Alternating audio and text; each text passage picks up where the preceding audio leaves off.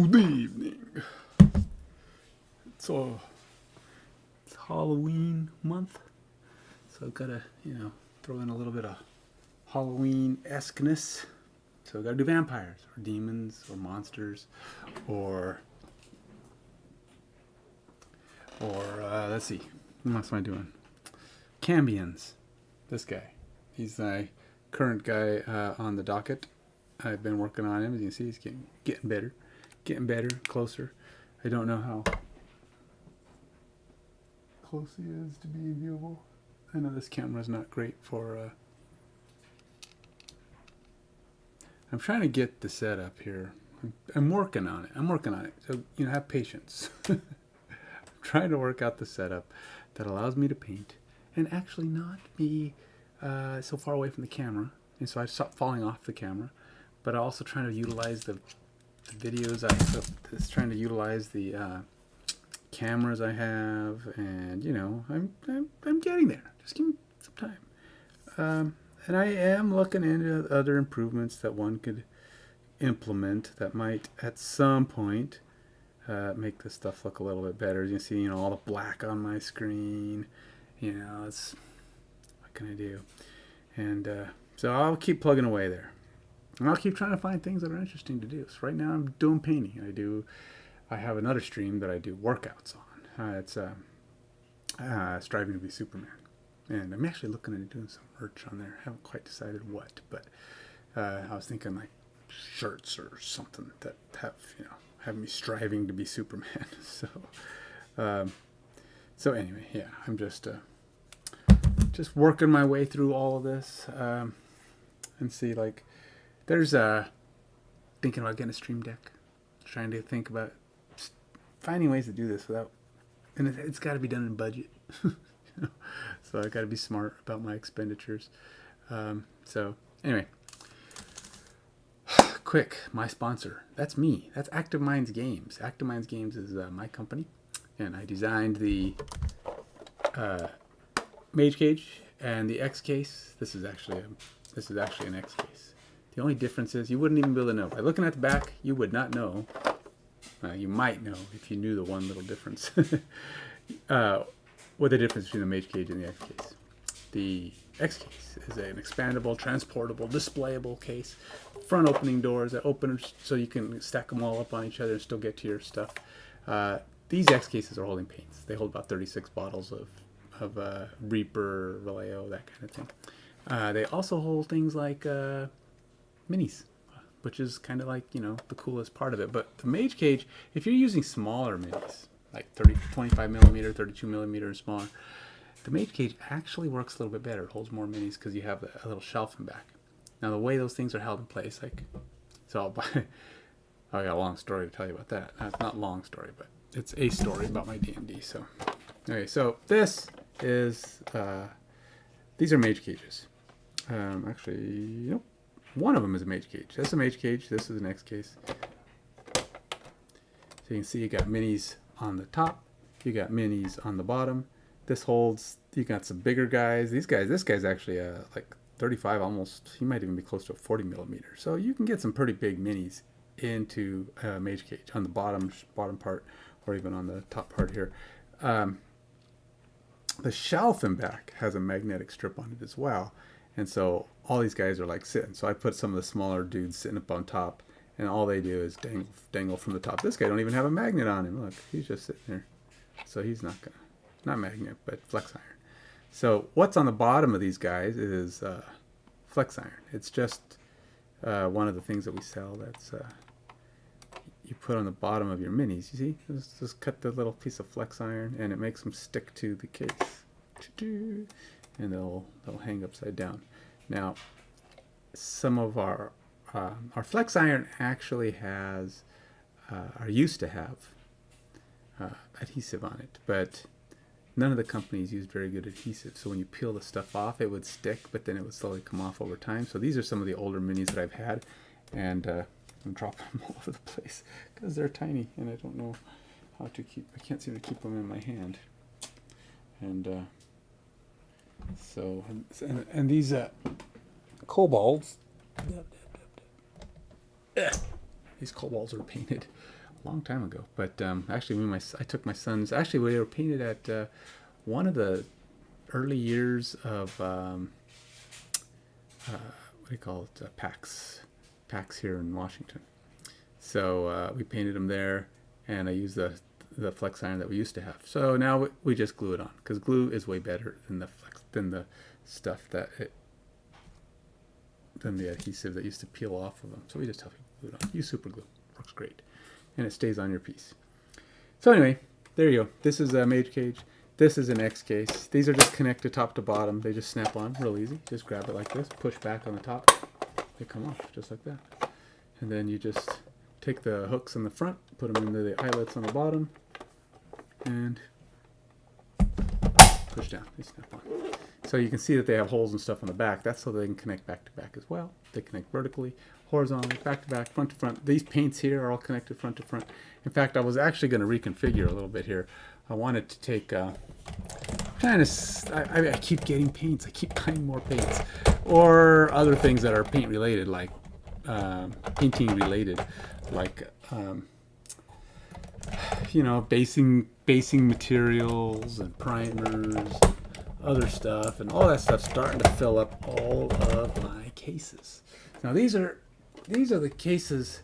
These two units here are a special version. These are the next version. These are prototypes of our next version of the X case. Our original clear units came out about is it 2 years now? Gosh, at least 2 years. Might be 3. Might have been 3 years. And we way underproduced. we had a Kickstarter. They did pretty well.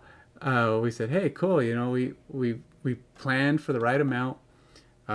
We thought. But really what we did was we were short-sighted. So we planned for being able to make back all the money that we put into it and have enough money to kind of market it. Well, the whole thing, that worked, except none of that produces enough units to make more. So the marketing sold out our product, and our product, when it was sold out, there wasn't enough left to make more product. It did do everything we wanted. It paid for the marketing. It paid for the units that we had. But then we were out. We did learn something about the product that we wanted, that I felt like they could be better. So we're changing to polycarbonate instead of ABS, which is the original units. And so they're much harder. They're more resilient, and they're clearer. I've noticed that for the clear units, these have a more window feel. So I really like the way these ones look, and they're awesome. They are part of our next Kickstarter when we launch it. I can't give you a date. I want it to be soon. I want to say 3 months. I want to say 6 months. I want to say a date. But we need you to come and check out the X case. Go to our Facebook page, Active Minds Games. Go to and follow, because that's kind of the one we're using. Because if we say follow us everywhere, then we have people everywhere, but we don't know how many of them are original. Right, so we say go to Instagram. It's awesome. Go to Instagram, check it out. You'll see all the cool pictures of things that you can do with the X case. Go to YouTube. You can see the videos that we have there. Active Minds Games there as well. Check it out. You'll see some pretty cool videos of how the cases all connect and work out. We do Twitter. We do Active Minds Gamer. That's me, and I do a lot of videos and stuff. And I talk about them and show you what they can do, and I'll give you updates as stuff starts to happen. And I'll keep demoing ways, and you can ask me questions about them, how they work, and how great they are, and what I think of them. You can do a lot more than just paint. Just do the painted minis that you're sticking in there. You know, I have a whole wall display over here full of Hot Wheels and Lego minis, and it's not because I'm just buying stuff, because I do, but it's stuff I like. You know, my own personal collections, and my own personal goals is they have to fit in the X case, because I can market them. I can show people. I can say, hey, Lan, check these out. It's really cool. There's some really cool display items you can do. I want to give units away to people who do cool dioramas using the mage cage, because I think these could be pretty cool. You know, set it up, make it look like maybe there's stairs, or you create some kind of a unit that looks like they're connecting to the different units, and maybe fill it up with forests in the background. You know, use an opaque one, because obviously why would you need a clear one if you're going to fill it up with that stuff? But, you know, lights could shine through it, you know, whatever. You can see this unit actually has lights on it. They aren't part of the X case. They are an extra thing. but you can actually attach them, and I have some cords that go through, and I can light these up. I actually take these to what do you call it, a conventions, and I plug in my lights, and I'm literally walking around with a walking display case. It's the coolest thing. And you can set that up too. You know, I mean, I can show you where you can get the LEDs and how to set them up, and it's awesome, I tell you. But anyway, so this I'm putting right there. Is that in the way? Can you see it? Am I blocking my view? Yeah. You see this? You got to see my beautiful face when I'm online, right? But ultimately, the reason I wanted to put that on there is because I want to get my paint out of the way. And the only way to do that is to increase my miniature stack, so I keep making them taller. Now this is 5 units. It works great. I can carry it. Problem is, if I smack it, it's going to fall off, and those magnets aren't going to hold it in place, because even though they're all minis, will they break? I don't think so. Most likely not. I've dropped a lot of units on concrete floors before, and they've been fine. They make a huge racket, and they do separate. Sometimes doors come off, and they fall, and they'll separate. But I just snap them all back together. But I gotta be honest, you know, magnets only can do so much. These units all have flex iron on the minis, and the magnets themselves are on the bottom of the case. As with any magnetic hold, you drop them, they will fall off. I don't care what case you have. You drop the case, magnets won't be able to hold it, because the vibration is violent enough usually to pull things off. So in that case, you're hoping that the case is fine. It's not going to break. The glass isn't going to shatter. You're not going to have something like that. And that's what the case with these are. You can usually just snap them back together. Now, if you want this to be a more secure, not likely to get knocked over scenario, all you got to do is push them up against each other and push those. There, look, I'll show you. Just kind of point that puppy over there. Da, da, da. There you go. Okay, so you can see here we got the front opening situation there. So they don't look like they're lined up, but they do line up. So it's only because these guys are leaning, and that's what happens when you put the stack really tall. They will lean in a direction. Another improvement we made on the new units is the little hole that makes way for the foot that sits on the bottom. These little gaps is no longer all the way through, which means these guys don't lean in as far. So if you stack it tall, it actually just goes in a fraction, so they won't lean as much when they're stacked up. And that's just from weight. Weight starts to lean them in, so that allows that foot to be in the right place, but at the same time, you do want to make sure your units are. So I always like to connect as many of these units together as possible to keep them. But it's a little harder to do it this way. Usually I would close it, but since I have my all my paint stuff in front of me, I'm going to try and do this side to side, which is challenging past the first one. So that's not. There we go. So I just push this in right into the hook right there, and then this will snap around. And there we go. Get that first one on. That's usually the trick. And then once the first one is lined up, you can usually just line the rest of them up, push them together. And as it straightens out, it gets easier and easier. So now they're all standing straight up, and the only one left is that one. And you just pull the hook over it. I'm done. Okay. So these are connected front to front. So now if I wanted to close this, so much easier if you just put them face to face and do it, because that's what they're supposed to do. But this is a good way to do it in the mount, so you can pull them up. Now when they're holding like this, they're going to kind of have that same lean when they're side by side, but they have the mounting holes in the back. You can actually hang them up on the wall. And then when you put them out like this, that's not going anywhere. You can't knock it over because they're holding on to each other and they're keeping each other securely in place. So you've got a good secure hold on all that. So I like to push them off out of the way here, and you can get into them by just bring them up. And the ones I'm working on mostly are over, in this case, over here. right now, but you can see I have a lot of unfinished minis in here. These ones are only partially painted. Bees I need to get finished because, by the way, they show up in my D&D campaign. So gotta get that done. Gotta get stuff done. Got so many things. Like I got this guy over here. I've got this Hierophant. Gotta finish him up. I've got these are some hags that might be showing up in one of the in part of it. I've got some monks that need to be done. I have a monk case over here full of monks that are my changeling that I'm playing, so I gotta get them done. I got my favorite, one of my favorite guys I did, which is this warlock. He's mostly done. I'm just kind of tweaking him every now and then. He's cool. I like him. He's got to get some coloring, but he's not my best paint job. I mean, if you look at him closely, but from a distance, I think he's pretty cool. I mean, from, you know, what they say, the 3-foot arm's length rule. So from the arm's length rule, he's pretty cool. So sometimes, you know, I do them all under a magnifying glass. So my lines are pretty decent. It's just sometimes the coloring just isn't right, you know. It's my own personal objectives, you know. I don't always get too far there because I always like, what is wrong with this picture? Something's wrong with this guy. Gosh dang it! Don't be wrong. Why am I not an expert? Why am I not artsy fartsy? You know, I can't quite get there sometimes. You know, but hey, so bees it.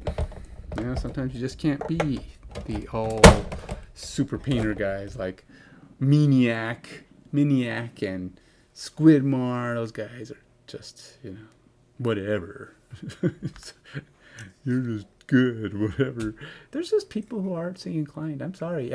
I people say, it just takes practice. You'll be as good as anybody else if you practice enough.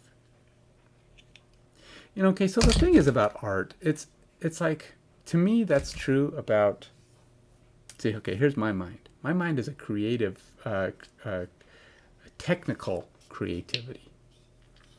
I know how, it's like my job is a software engineer, but it's not that I know how to program so much. It's that I know how to conceive the construction of an app. What is it that makes it function? What is it that makes it work well? And then how to make the code make it do it. Okay, so I'm not an advanced coder, so there's some things I wouldn't know. I mean, I don't know how to do graphics. For one, it takes some sort of skills to be a graphics designer, graphics programmer. I mean, skills like you have to know art.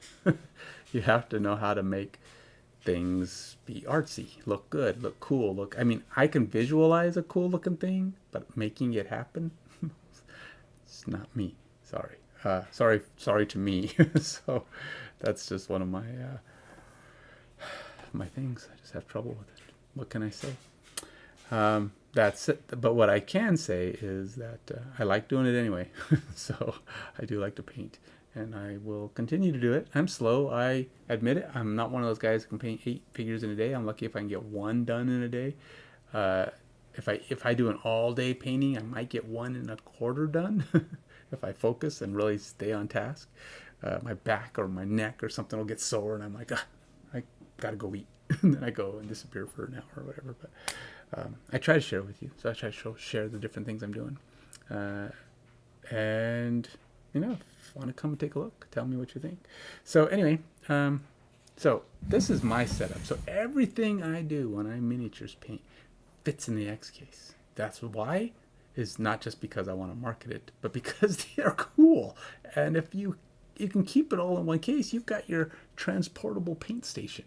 I can take, a handful of each color of paint, throw them in like 3 or 4 cases. When I travel, I can carry I think 8 of these in one. I do it 2x4, 2, and they're all connected and the handles overlap. But I'll carry that. That's the most I can carry on a plane as a carry-on, because it comes out to about the size of a small carry-on, and you can put it up in most overhead bins. If you're going to be flying on a small like 727, don't take that many units. In fact, I'm not even sure a double unit fits. So in that case, if you're going to be flying on a small one, take a 2x2, just 4 units, and you can put it under the seat in front of you. I know this because I've done it. I've flown on small planes. I've noticed the overhead bins are too short. You can't put much in there unless you're going to do like a layer, a single layer, like a 1-1-1-1, and take 4 units that way. You could probably do that because it's flat. But it's also kind of a weird, it's a really weird case to carry around a really wide 1-1-1-1 case like that. But I actually have portable pallets that are mini, and I just have 2 of them. So I have these guys. So it's 2 miniature pallets, and one of these is enough for a mini. I can get a whole miniature done, and I pre-cut some. I like to pre-cut a stack of the parchment paper that fit inside of these, so I can just, if I want to start a new mini, I just take off that piece and put another piece in there, get it wet, and off I'm going. I've got my portable wet pallet. I can carry several of these, so if you're doing several minis at once, you can have 2 or 3 of those going at one time. I like to carry around some bases and some magnet and some flex iron, so that I can buy brand new minis when I'm out, which I do frequently. And I'm like, oh, I have nowhere to put this. Let's glue on. I always take glue. Let's glue on some bases and some flex iron. Or sometimes I don't even put a base. I'll just put flex iron. If I don't know what I want to do with it, like maybe I haven't figured out if he's going to get his own basing or anything like that, I will go ahead and put the flex iron on the bottom of the mini. And then, since it's flex iron, you can tear it off, peel it off, and then just cut the remainder off. It's less likely to damage your minis. Like if you temporarily want to glue it to a base and then decide you want to fancy it up, do a fancy base, it's kind of stuck. So you got to be real careful about scraping it off. Not so hard with a plastic mini, but with a resin mini, good luck. If you glue that guy on, better use some really temporary glue, because there's a good chance he's going to break. That super glue is gonna not want to let go of his foot.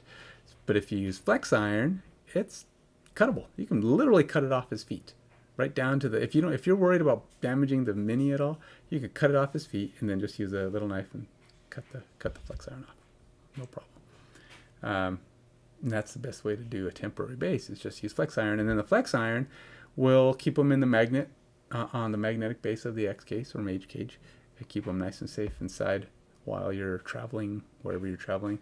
And again, the only thing I'd recommend is don't drop it. Don't drop the whole case. A lot of the minis will stay in place. They're plastic. You might, if you drop it on its feet, like it slips out of your hand and it falls. I've had that happen a few times, and the majority of minis will just stay there. I mean, they might shake or come off, but they just land back on their base and they stay there. But if you drop it over, knock it off a table or something, pieces fall sideways and violent things happen. So I don't recommend it if you're going to be rough traveling. It's great for going to and from like shops. I always put them I'll throw a case. The squarer the case, the more stable, obviously, and it works great for traveling to and from. Like I can do this all day, and minis aren't going anywhere. Doesn't matter if they're hanging up on the roof; they don't fall off, or the tops. So I'm telling you, they're safe. X case, mage cage, they will take care of your minis for normal use.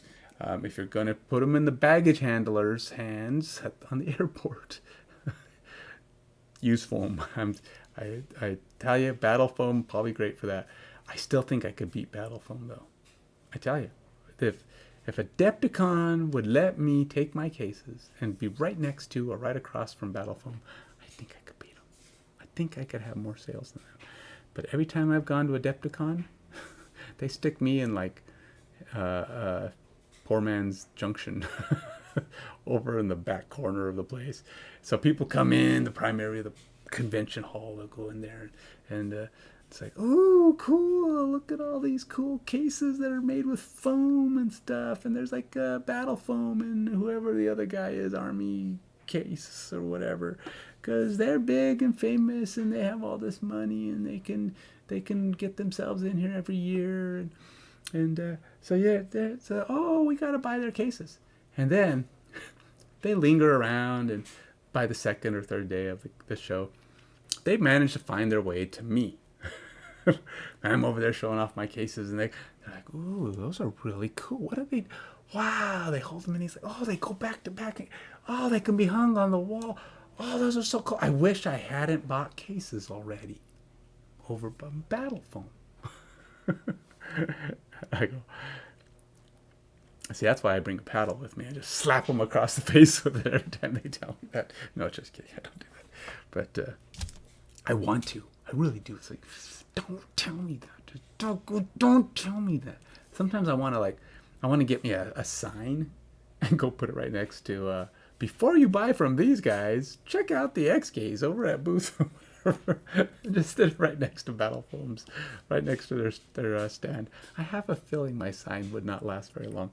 I have a feeling it would disappear. I have to figure out a way to. I know where they're at. I'll pay to have my sign hang from the roof right above them, and it would just sit there. Check out the X case, before you make a case buying decision. So make everybody in. It's like, no matter that you're here, we gotta go check out this X case thing first before we buy anything. So that would be good marketing, I suppose, but it also costs money. All right, so other guy I want to paint. This is Agden Longscarf. No, it's not. It's just a Haragon carrying a whip. But I need to have an Agden Longscarf because he wasn't supposed to be a permanent member of this campaign I'm running. And but he begged for his life when they were about to kill him, and he was worried about Bob Lorna punishing him for not, for wanting to stop being a thief. And so they said, hey, come with us. We'll protect you. And he's like, but my family's here. He says, well, then she'll get you. He says, fine, I'll go with you. So now he's a member of their party. He's like doing his speedster thing, and he's trying to be of help to the party without getting himself killed in the process. So yeah. So he's like, don't kill me, I don't want to die. It's like, well then come with us. We will take care of you. But aren't you going someplace just as dangerous? Yes, as a matter of fact, it's probably more dangerous. We're probably going to get ourselves almost killed a few times. But hey, we'll do our best. Okay, so that said, I could try to paint for the next 1 hour. My goal is to do this until about midnight.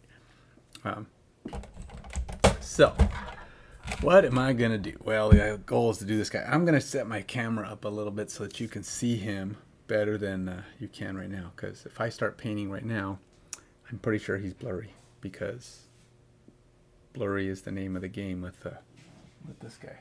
So, I have a C922 camera. It's a decent camera if you're sitting at a desk. It's not a great camera if you need close-ups. I've been told, or I've seen these other people who paint. They have nice camera things that bring a camera straight down over the top of them. It's an SLR. It gets this nice, beautiful zoom in on their Mini, and it looks great. This doesn't. It looks fine if I can get the right focal length and set it up. So I'll try not to talk too much when I'm facing the other way.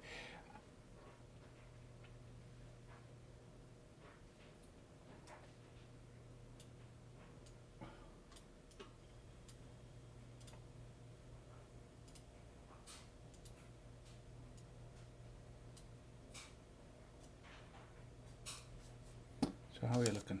What if I go right there? Is that good? Nope. See, this would be great if I could paint this close to the camera. That would be a pretty decent view, huh? So, yay. So do I try it? Do I try to stay that close to the camera? Sure, let's try and stay that close to the camera. Let's see what happens.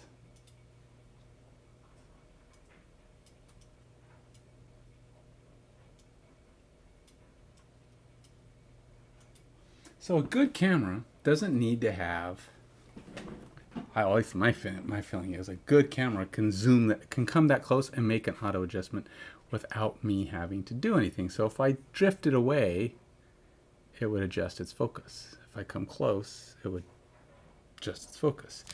This thing can't adjust its focus. It can focus that close. This is a manual focus. So when I put it on the screen here, that's the manual focus. being set, so it's capable of seeing close up. So this is C922. What you're looking at there, me to you, that's a video camera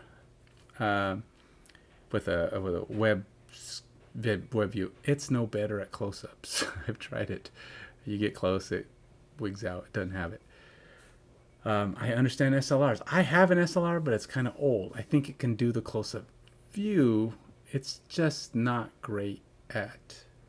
It doesn't have any way to web stream it. I can't keep the camera streaming into my computer. So I'm stuck. I have to do with what I can do.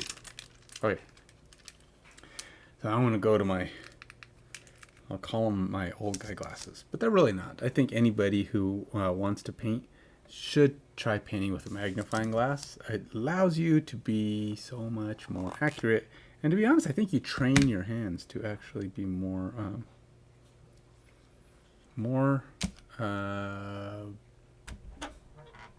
intricate, more detail oriented. I don't know what the right term is there. I think it is it's just a matter of changing your mindset to move micro movements, and eventually you just get better at it. It's just the way it is. So one of the things I like to do sometimes is, you'll see I keep changing my voice. I keep talking in goofier voices and all those things that just don't seem to make a lot of sense. Why is he talking like that? What's his problem? He doesn't seem to want to talk in the same voice. It's because I'm trying to, I don't know, be better at D&D game mastering. You see Matt Mercer? Okay. I mean, if you ever watch Critical Role, the guy's talented. I mean, he knows his. For one, I am not that knowledgeable in DMing, so I lose right there. But he is. He's also a voice actor. All of those guys are voice actors. It's kind of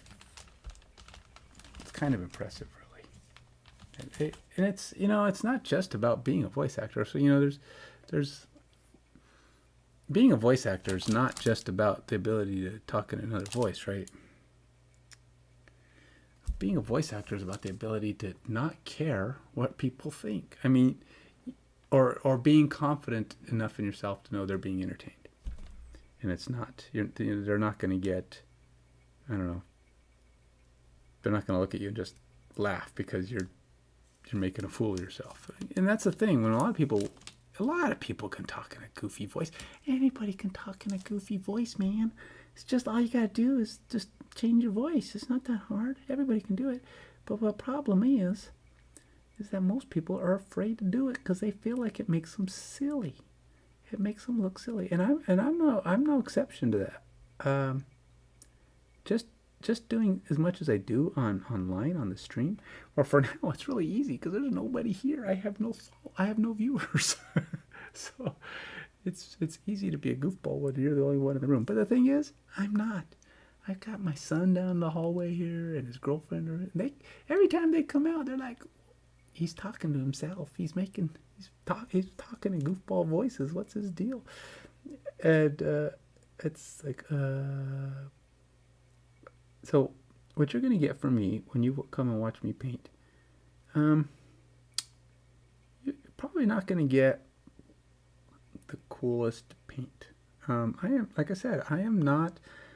going to lie, man. I'm not the world's greatest painter. I'm fairly new. I don't paint enough. I'm not professional at this. I don't know all the tricks. I still don't know how to do NMM.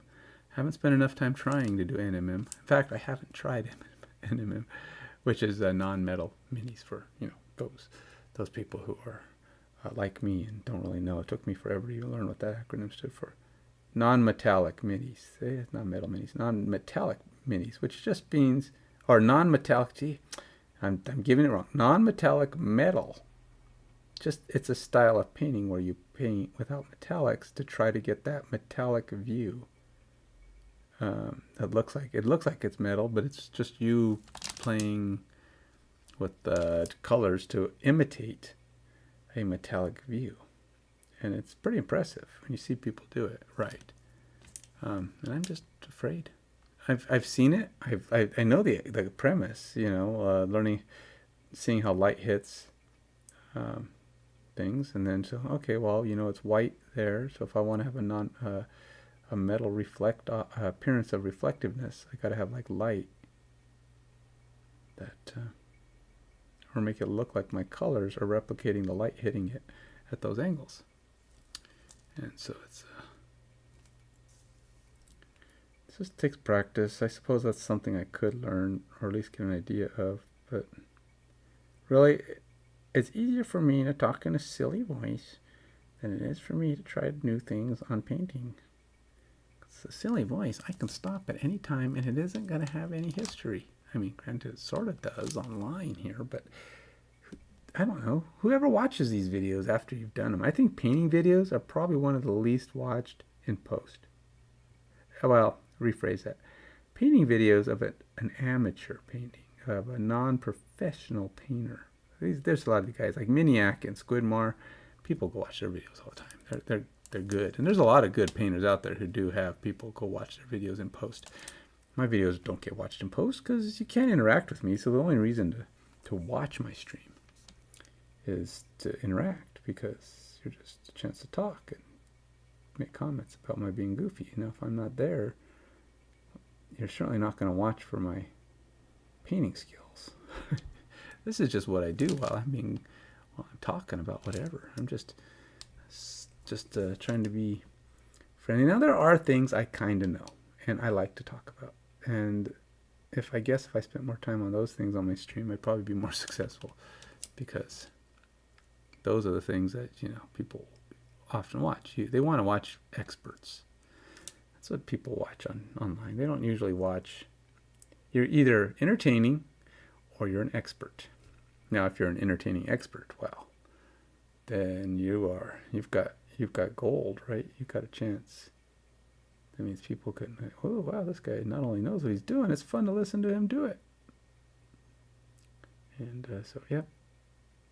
Now, for me, I probably got to work on my lighting, because, my lighting is weird, and I'm bald, and it just reflects off my head. It's like a bouncing all over the place. So he's like, holy moly, that guy needs to turn down them lights, man. I can't see past the glare. It's like, okay. Who are you saying? Who are you calling glarehead, man? It's kind of interesting. It's like there's some people who they polish their head. They put stuff on and it gets a nice shine going on it. And I'm like, you do that on purpose? I usually try to, limit the shine on my head. I don't know. It just feels like that's more natural. Why would I want my head to reflect light? But can't help it. Just everybody has oil in their head. The only difference is most people have hair that soaks it up. When you're bald, you don't get that privilege. You have to make do. So this is one of the effects of my trying to paint and talk at the same time. When you're bald, the oil just sits on your head. I won't call it greasiness, because it's really not. I mean, if you're clean, and it's just the natural oils of your skin, and the scalp is prone to getting oily. It just does it. I don't know what it does. It has something to do with the hair follicles. Who knows? But you will have to.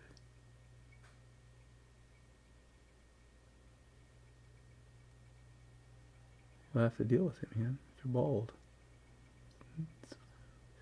it's just the way of the bald world. You got to deal with the oils in your head. Now, there's probably stuff you can put on that might limit it, but I don't. I mean, I haven't found it. I haven't really made them, and to be honest, haven't really gone out of my way to find it. So it's not like I'm trying to find anti-shine for your head. And some people go, well, if you don't like it, why do you shave your head? Well, I prefer that over the receding hairline. I just don't think it looks good. I'm not embarrassed by it. I just don't like it. It don't look good to me. It's like people dress for their, People don't dress for, well, okay, that's not true. Some people dress for other people. Most people dress, people who are self-confident in themselves enough, they dress for themselves. You dress in a way that makes you feel like you want to look. You like this appearance, right? People who dress in goth, they're not dressing in goth because they're trying to impress everybody. They like black. I mean, I don't think anybody's going, ooh, man, that guy's sexy and is all black everything. I don't think that's like a thing. So you're obviously not trying to attract people with a goth look. You just have confidence in your appearance. So you dress in goth. It's because you like it, and that's all that really matters, right? As long as you like it. And this is why some women can dress in whatever sexy clothes they want, and they get mad when other people whistle at them because it's rude. But it's like, if they were doing it for other people, they wouldn't get mad about that. But they're not doing it for other people. They're doing it for themselves because they like that look, and they should be allowed to dress like that without having to be catcalled, and that makes sense because that's not what they're doing it for.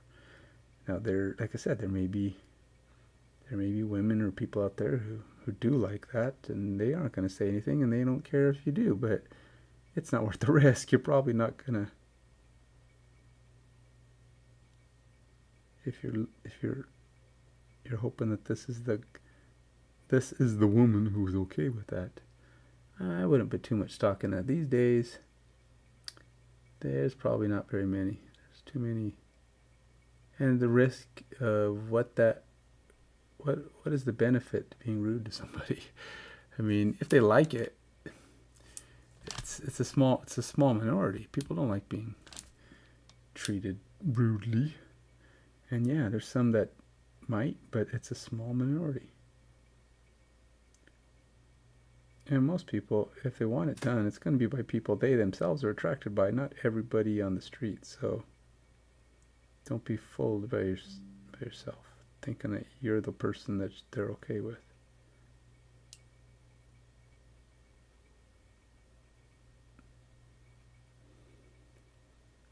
So I'm guessing that this collar, he's got a collar that's not standing up here, and I'm just painting black the whole thing. It's the part that goes around his neck. But I'm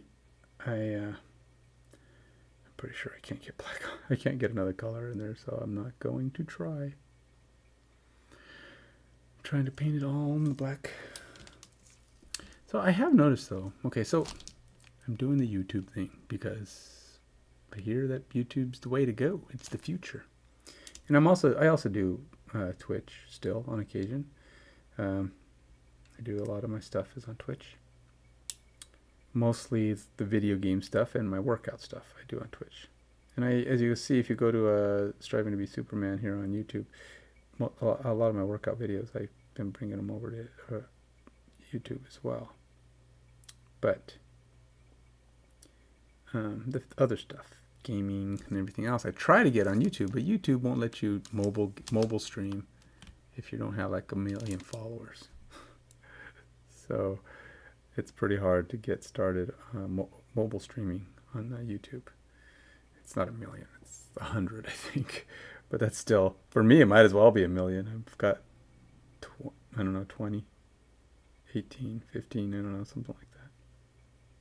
So, and then I start hearing, don't stream regularly. It's not necessary. It's not gonna get you any followers. I'm like, really? And they say, yep, just make it quality. And I'm like, oh, great. I'm trying to improve, but quality's the hardest one. And that's probably why those are the successful ones, right? Quality's the hardest one because it takes the most work. And, I do this for fun. And the problem is with doing a lot of work, when you're trying to do stuff that's fun, it becomes less fun. And I do want to market the X case, the Mage Cage, and that's why I keep doing this, to try to get people out there to be interested.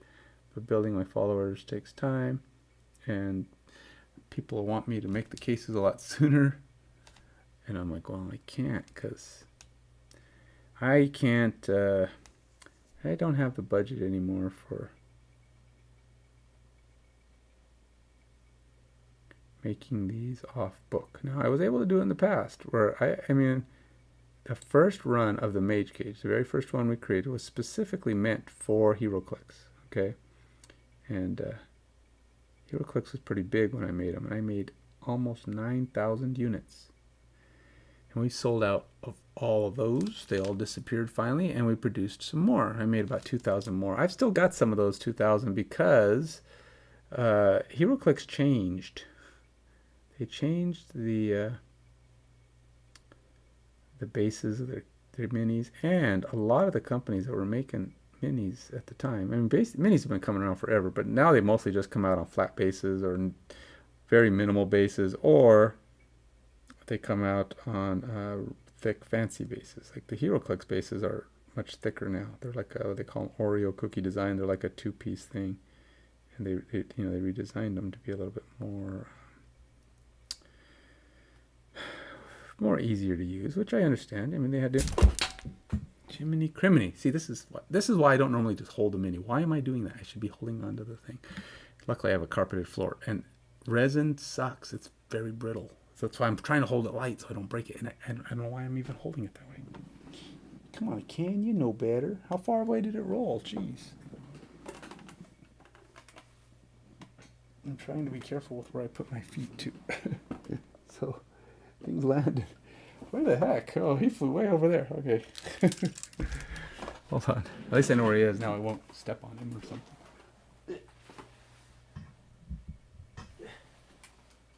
Okay, so speaking of holding your minis, so they don't fly all over the place, this is not the way to do it. Some people do. They'll hold on to the mini like this. It's not great because this guy's got pieces that go all the way to the bottom, so you're turning and rotating, and it's too easy for it to flip out of your hand because it's not a solid grip. So one of the more common things you'll see is something like this. This actually works pretty good. You can put them in there. It'll hold the base. It holds it by the little angledness of the base. Works pretty good. I don't use these very often because I find, strangely enough, it's not as secure as you'd think. It doesn't really drop your pieces unless you drop the thing. If you drop this, your piece will come out and it'll probably hit something hard because it'll just pop out and violently bounce off of something.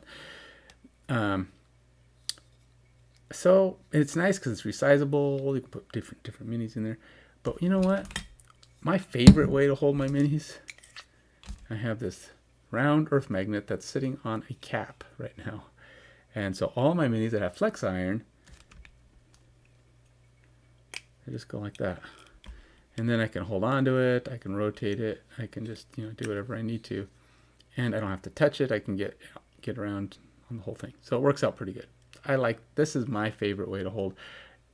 Honestly, I wouldn't mind if it had something a little bit longer here, I can grab it. But I like the magnetic hold better. It's more adjustable. I could turn him and twist him however I need him. I don't know, it's just my preference. Everybody's got their own thing. A lot of people use those cork things, and then they use some kind of stickiness. Well, that's what the flex iron is. Why don't I just use that? Why do I need stickiness? Okay, back to task. That's public service announcement. Don't try to hold your mini with your bare hand because you will experience unfortunate side effects. Luckily, like I said, I have a carpet and he didn't land on the table. I think it would have been worse to land on the table because he would have. He's more susceptible to breakage when he lands on the table.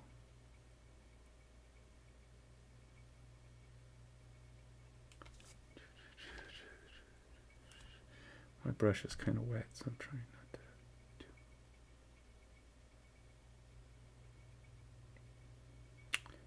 So, anyway, Agdon Longscarf is a Haragon thief that you run into in the Wild Beyond the Witchlight, something like that, and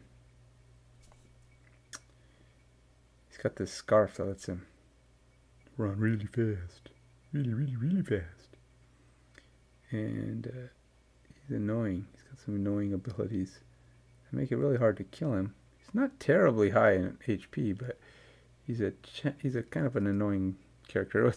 The party kind of dealt with him pretty good in their last encounter, and they had him on the ropes because he was hiding in this fog. He kept hitting and running back into the fog. And anyway, he has a, the way they got him is, one guy had these, he could throw fireballs basically 3 times a day, which is really good, I think, for a guy who's not even a magic user. He has a shield that lets him do it. And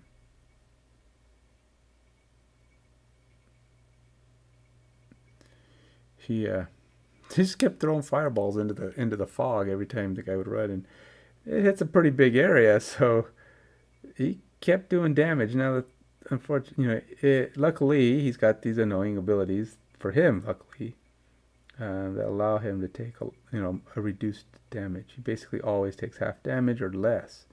So if he manages to dodge on a dexterity save, he takes like no damage instead of half damage. A lot of times dexterity saves will end up being half damage. So those fireballs weren't doing quite as much damage as they'd like, but they were hitting him, and he was, and when he didn't dodge at least once, he took pretty big hits. All 3 of those fireballs, they were all used on him, and they all hit him to some extent. I think he dodged 1 of them completely, or 2 of them, because they were half damage, or half damage would have been 0 damage for him. So it was, but they still, nonetheless, the party managed to get the upper hand on him, do enough damage that he ran away. And they chased after him, and he went through his magical portal cloud of smoke, whatever it was, and they followed him, and ended up being right back in the other plane that they had been traveling in before. But they didn't want to stay there, so even though they had mercy on him when he begged them not to kill him, they ended up asking him to come along, or inviting him to come along, and that's how they would keep him safe from Pavlorna that he was afraid of. And as a result, he's one of them. But now I got to paint up Agden. I don't know if he's going to stay with them the whole time or how long, but at least until they go back to, he either dies or he goes back to was it Hither with them?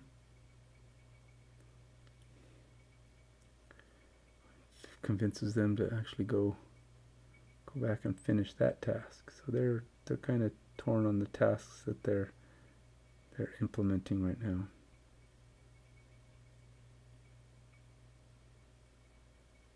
Problem is, the one they're on now is they're about where they need to be in Hither, and as it gets harder and harder, or where they're at, it's going to get easier and easier in Hither, which is going to be a problem for me trying to keep those games balanced. So I may have to start figuring out how to amp up the adventure in Hither when they go back.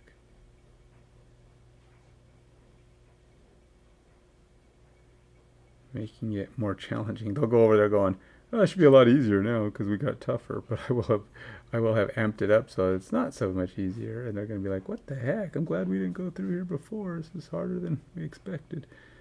And it's like, yeah, well, it's not what it would have been had you come through the first time. You made me DM it, man. I had to make it so that it's not just a romp in the park.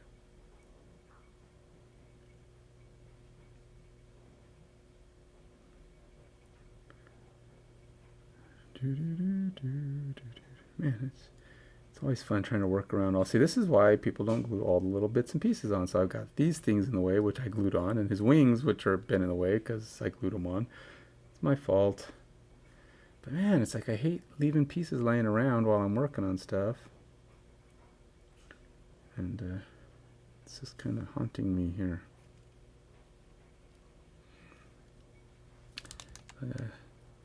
Keep plugging away on getting this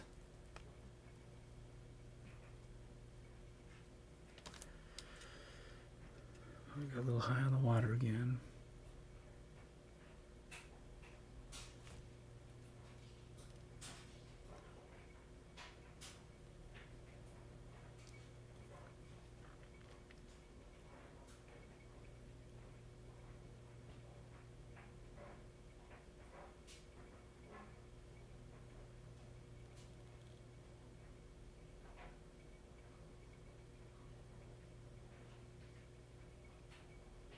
This guy appeared. He actually showed up in our last day, last session, which was last night. Yeah, it was last night. Wow. I was just getting my bearings over what day it is. But last night, yeah, he showed up in there in this session, and he was showed up as a farmer. So he's got this disguise self ability. He's able to make himself look like kind of like a changeling can do. The changeling doesn't ever lose it though. He stays until he either dies or changes back on his own. Whereas disguise self only lasts for I think an hour or something. But so anyway, he showed up as this farmer. Hey all, come on, nice to meet you. Coming down the road here. I'm headed into Baldur's Gate myself. And what are you guys all doing out here? I'm just going in there to sell some of my wares. What? You're looking through my stuff? Well, what a coincidence, because sick 'em, guys. They're in my stuff. Yay! So his friends jumped out of his cart and promptly started attacking everybody. While he turned into his Cambion self and flew up into the sky and just stayed up there and shot at people from the top while they were all messing with his, I don't know, his henchmen? Is that what they're called? Are they his henchmen? His cohorts?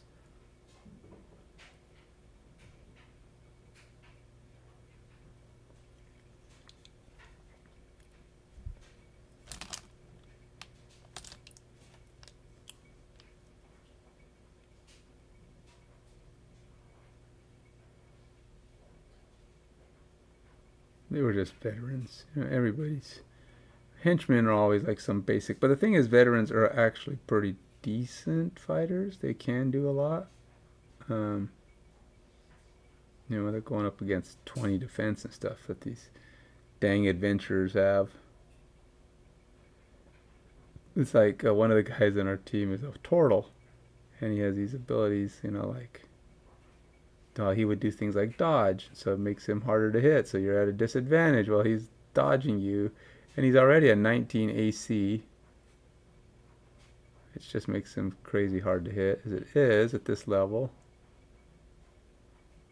And then some of this guy had a +7. He wasn't having terrible times hitting people. He actually has a pretty good hit rate, but still, you know, it's an interesting. See this guy now. There's no excuse for this robe. It was there already, so I can't even blame the robe for my I can't blame gluing for my not being able to get this paint in here, because it wasn't my fault, this part. Because that robe is, I'm surprised, I don't know how they got that robe on there, to be honest. I'm always wondering about how some of this stuff works through the injection molding process.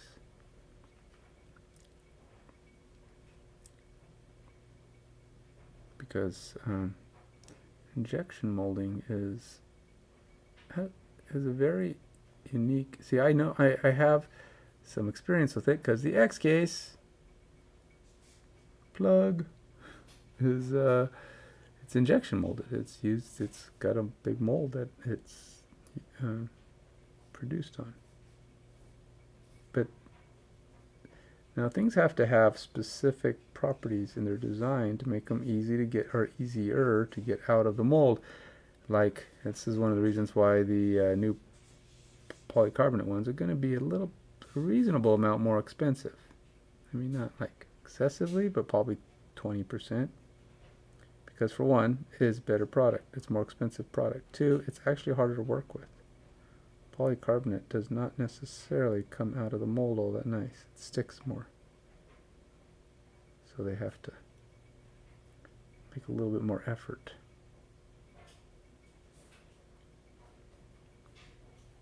On getting it out. So that means they charge more.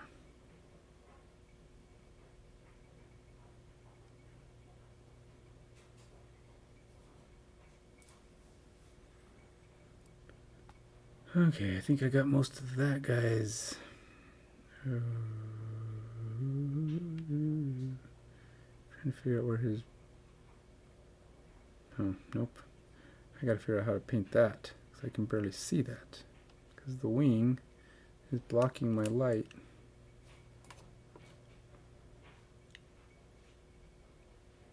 But I gotta get some black in there.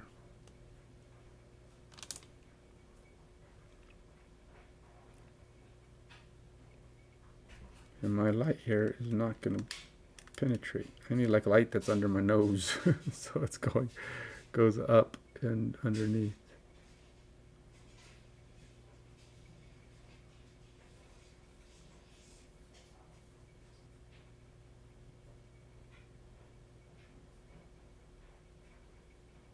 So I have to look down so my light has a chance.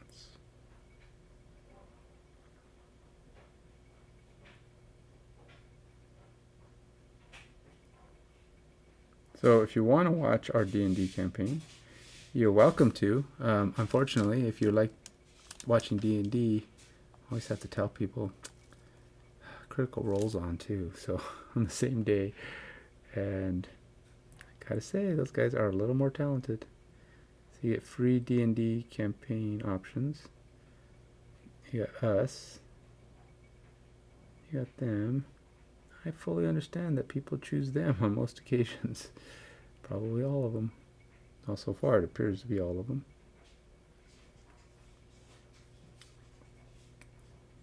I should not have put this wing on yet. I cannot get light where I need it.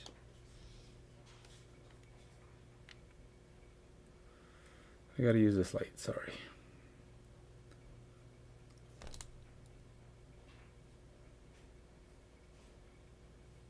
I apologize, because that means you won't be able to see, because the blurry will kick in.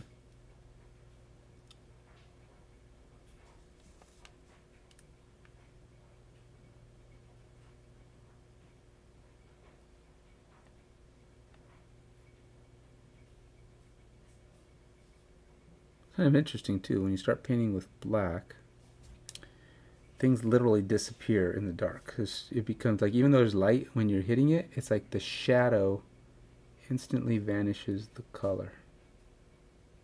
It's like it's now a shadow.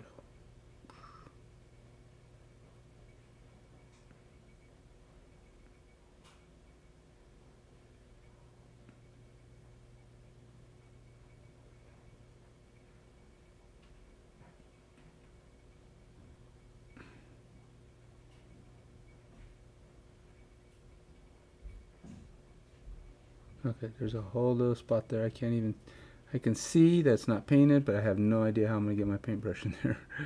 It's like, yeah, it's not accessible to my eyes and the paintbrush at the same time. It's not fair, man. Only one of these two things can go in there, and it's gonna have to...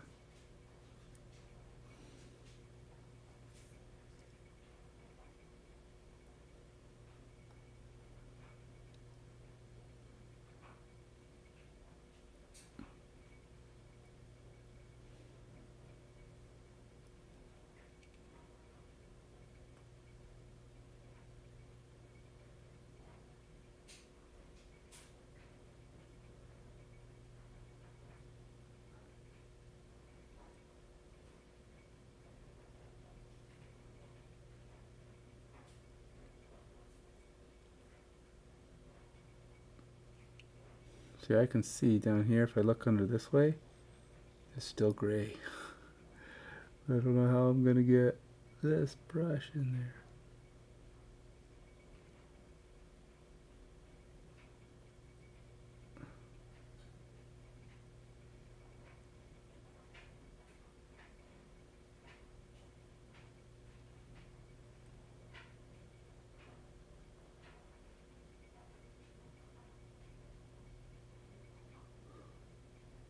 Let me dang, I think I got it. Not sure I got it all, but if I can't see it, no one else can.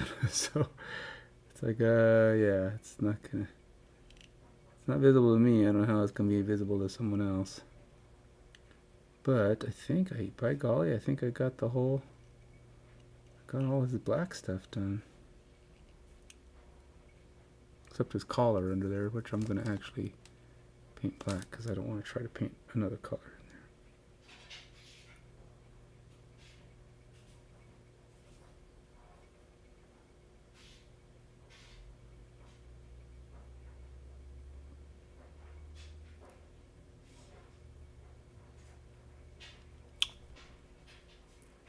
Paint got too wet.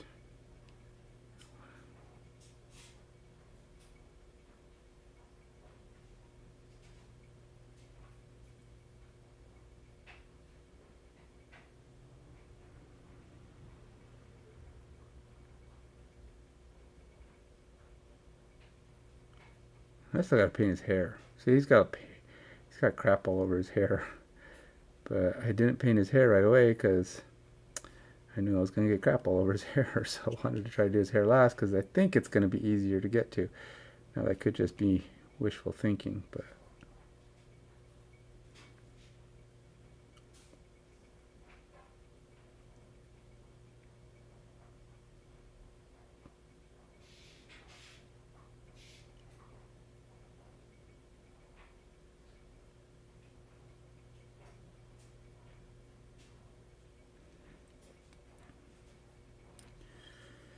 alright, did I get all the stuff I want black to be black?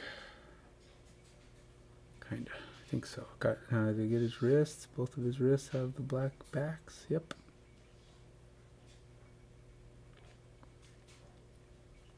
You know what? This one doesn't have the lip painted though. Alright, so I'm back up. I think I can get back up here now. Pull this away for a moment. Back into the viewable bits so I can hopefully get back onto the camera here.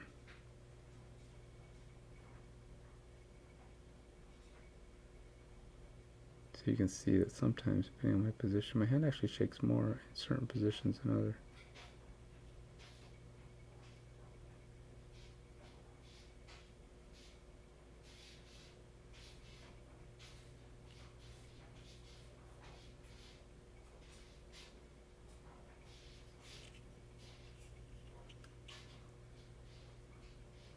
I think it's just because it's just hard to be steady in certain positions.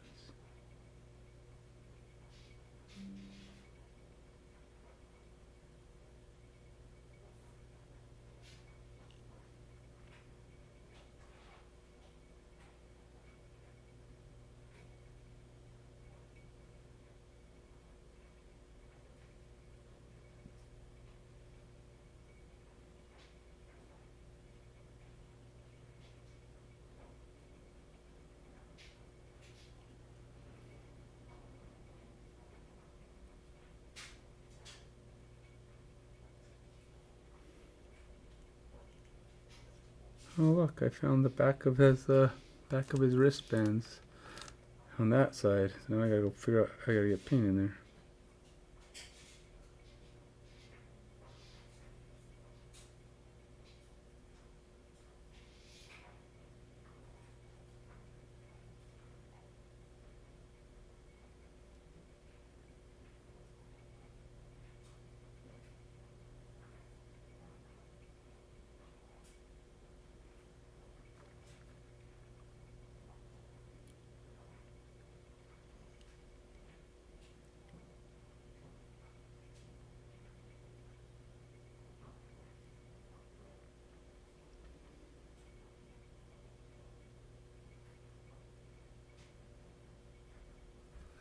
I don't know. I'm trying to figure out what piece of this should be black. Should it be the pointy piece? Or should it be the surrounding piece? I think I'm going to go with the pointy piece. And then we'll surround it with bronze. Why not? Why not make it difficult on myself?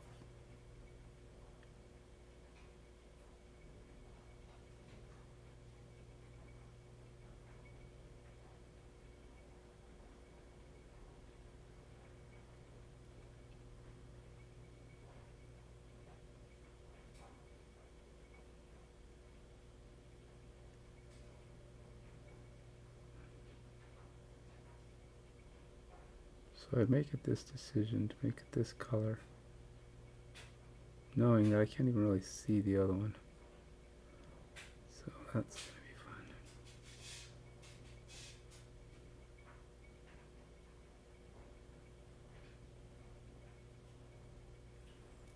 be fun. Alright, let's see.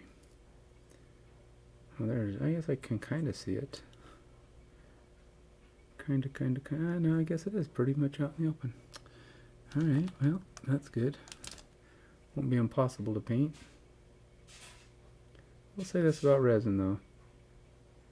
Resin does put some good detail on.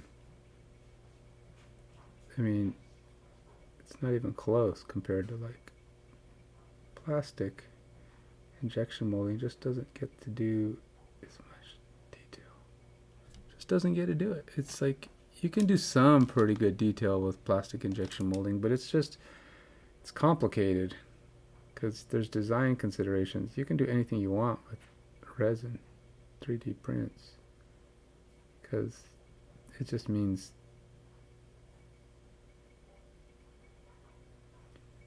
more stints, you know, more of those thingies, little sticks that come off, and all that does is support the parts that so when it prints in layers, right, going up until it's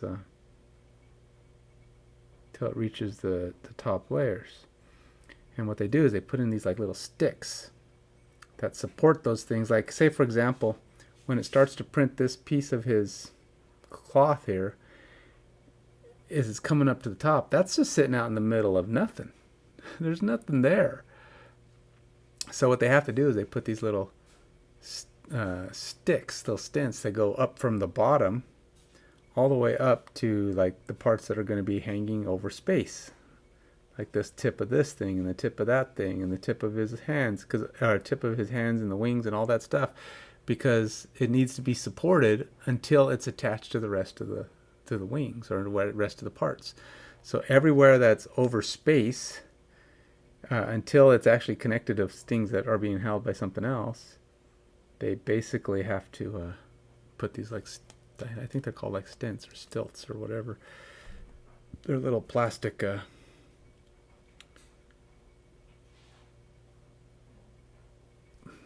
not plastic but resin. And then at the end of the print they come in and they pull it off of the little mount that's holding the piece, and then they break all those little things off, cut them off. And there's usually a lot more than you think. You get your mini back and it sometimes has a lot of those little things on it, but you don't see the whole thing because they probably broke off a lot of them already. All the big long chunks have been removed, but you know, you don't see that. You're only seeing the little leftover pieces. So sometimes they just go in there and they basically do a rudimentary knock, kind of clean it off, but it's not the full. So even when it looks messy and they got all kinds of stuff left, be rest assured it's probably not as bad as you think. It's probably a pretty good chance, in fact, that it's not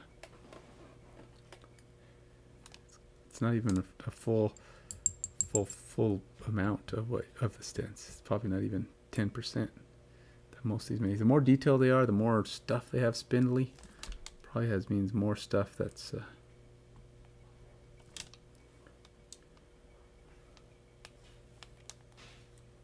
that is that very held up by the stints.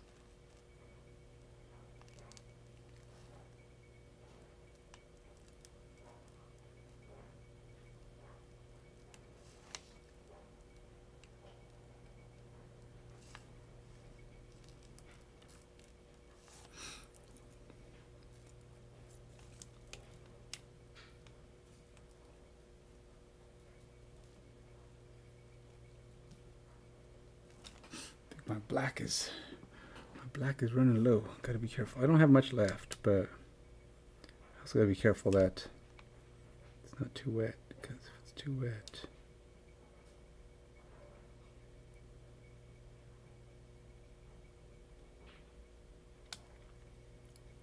what's nice is this guy got to escape, which means there's a good chance I get to have him come back later. they'll have to fight him again, except this time he'll be more painted and more powerful. More. I don't know if he'll be more powerful, but they said the next time they fight him, though, he fights to the death. So this guy's going to be... Hopefully he'll have friends. So I don't think he can... He's not that big. He's got like... He's got a, a decent amount of hit points, but it's, when you're just... If he doesn't have friends with him... Okay, to be honest, I don't think any... There's not very many guys that are so big and tough that they can't take. I'm talking about, relative comparative monsters. I mean, obviously, if they got in a fight with something massive like a Tarrasque or Dragon, or yeah, he'd probably wreck them all. But I'm talking about like in general.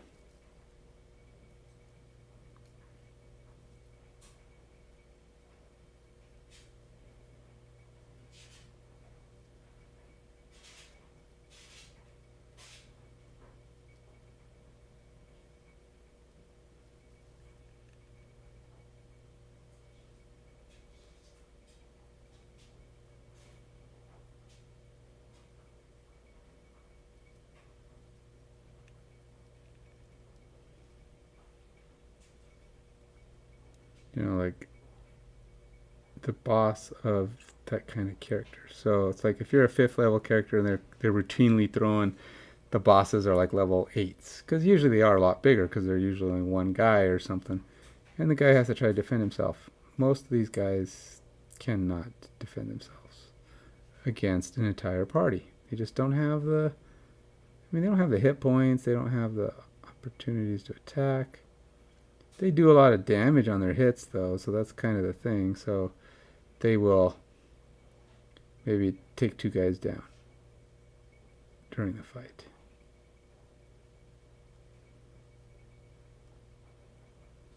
Doesn't typically kill them, because most of these bad guys, they're not going to worry about the guy who's unconscious. They're more like concerned about all those guys that aren't unconscious. So they don't try to kill the unconscious guy. They want to knock you all unconscious, and then they can kill you afterwards.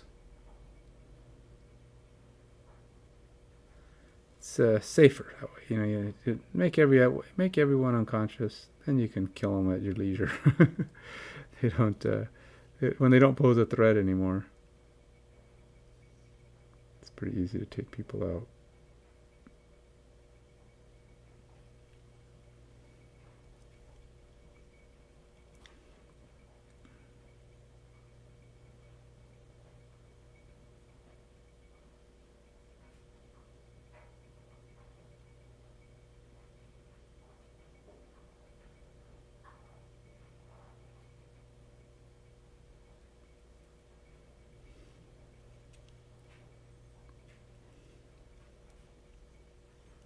So when I paint these things, I always think about how the good painters paint. I'm like, wow. Because I see how difficult it is for me to do it the way I do it, and then I see their stuff, and I'm like, it's just the class of skill is so amazingly different. It's impressive. You can really appreciate talent when you try to replicate it. Now, if you're talented yourself, then maybe it's not the same. But for me, it's exactly that. It's like if I try to replicate someone's art, I'm like, whoa, you really appreciate how amazingly skilled that person was. Unless it's abstract art, big orange dot. It's like, why is this worth how much again? Why do people pay that much money for this thing? I don't understand. Why is it worth money? Explain to me. I can paint a big orange dot myself. Why would I pay for someone else to do it?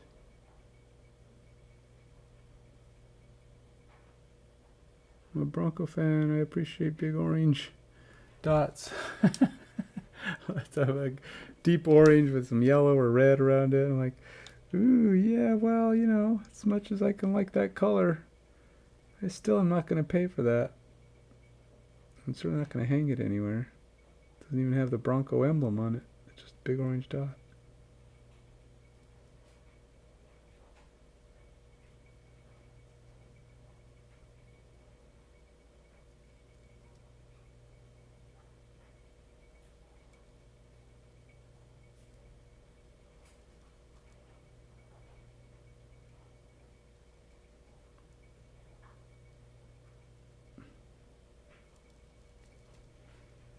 Speaking of the Broncos, if you're a Broncos fan, are you suffering like I am this year? Is it like the most painful season in years? I mean, it's worse than the other years recently, the other recent years, because I really thought we were going to be better this year. Because now we had this stupid expensive quarterback. He ain't squat. At least not yet. He hasn't done nothing to make me think he's going to be. Kind of expect any minute he's going to blow up and have a good game. And it's not happening. Kind of faltering on us, Doc. On you, Russell Wilson, charge us all this money and then you don't even perform. What is you're killing me here, man.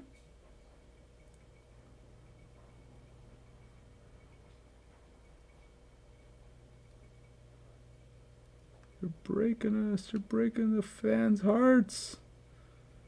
We want to be a winner again. We're used to being winners.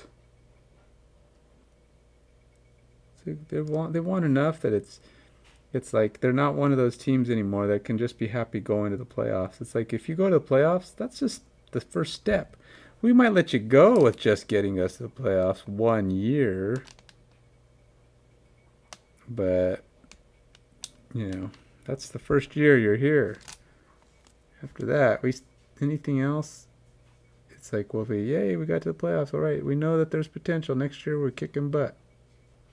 We're waiting for that first year potential, next year kicking butt part to come from Wilson, and he's not getting us to the playoffs the way he's going.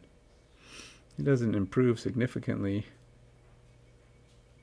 There will not be any playoffs for us. And that will not be a happy state for us fans. Sorry, Wilson. But you are not measuring up to expectations. And you negotiate for big old contracts. We expect big old performance. The fans expect more than I think, the owners. Even though we're not even paying the bill. Well, we kind of are, I suppose. We pay the bill. We're the ones that show up to the dang games. Now, I don't show up to the dang games because I live in Washington. I don't get to go to Bronco games very often. And I don't know that I'd show up all that often if I did live in Colorado because tickets are stupid expensive. But I'd show up a lot more than I do. Like now I don't get to go see any football games because I don't want to spend money to go see the Seahawks. Sorry, Seahawks. Not a fan. Not my thing. Not where my money's going. Unless I wanted to go see Denver play Seattle, which I'm glad I didn't. That would have been annoying. That would have been depressing in all forms of depressing. But I didn't have to. I didn't have the money, so I didn't go. So, dodged a bullet there. But yeah, this whole season is just a big mess. I wouldn't mind, if Russell's going to have Elway, Denver's, great quarterback of Denver's, recent memory, short of Peyton Manning, who came in and did great too. But Elway was kind of like their team. He's basically the team's mascot. I mean, he played how many years in the NFL, and all of them with Denver. So that was a pretty big deal. And so he's our guy. And then, he had bad seasons. That's all I'm saying. But we got him as a rookie. He'd have bad seasons and bad games, and he'd win a game. But he also had amazing games, and even during those bad seasons, he'd do things that were impressive. You know, he'd still come out with a win when you wouldn't expect it. He was just able to do stuff. He was fun to watch, and he, you know, Denver had their problems even with Elway, is all I'm saying. So, but we also didn't get Elway as a veteran who's supposed to be saving the team. We didn't pay him a boatload of cash from the get-go. So now we expect more. We could be more forgiving if, you know, you came in, had a great season, and then had a mediocre season after, like Peyton Manning did. I mean, people barely noticed Manning's not so great season because he had so many good ones right before it. We basically just thought that as a fluke, because we had never really seen it from him. If he wanted to play another year, Denver would have let him play. They would have paid him again. Didn't matter that he had a mediocre Super Bowl season, and the only reason we won is because we had this unstoppable defense. And Peyton Manning, all he did was, you know, not do stupid stuff. He didn't blow up the boards, but he also, I think he was just tired of playing. He was ready to move on. Just understandable. You know, you gotta, at some point, you gotta call it a career. Okay, so I think that's enough for today. I got all the black parts done. It's not as much as I would have liked, but we will try and get more in tomorrow. Tomorrow I'll hopefully get the hair painted, and maybe the skulls will get their coating, and things will start to look more finished as I start moving into the accessories, like his sword and the goblet thing, and his boots and pants and stuff.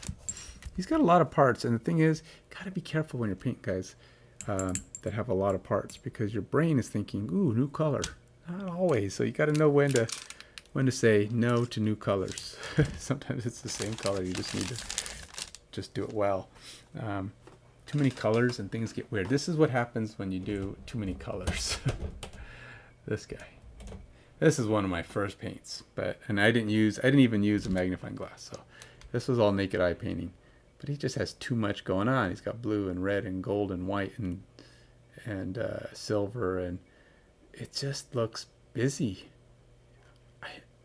Plus, I don't have any idea how to paint bone. Oh my gosh, bone is so hard. It's just like, I can get the color kind of, but it's just never looks right. It just doesn't look right. So I would like to touch this guy up. A lot of times I'll look at him and I'll go, yeah, I don't know what to do with him.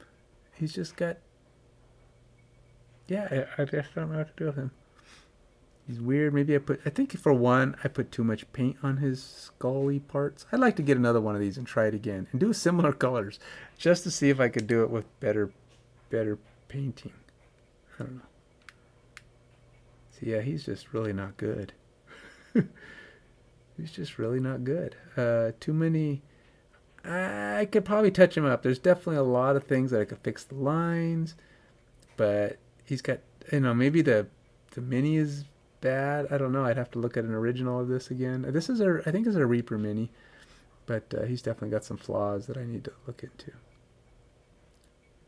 He's a lich, I think. Oh, nose is itching. All right, that's it for today. Or I'm gonna hit the hay, and then I'll just try again tomorrow. Until then, you have a good one.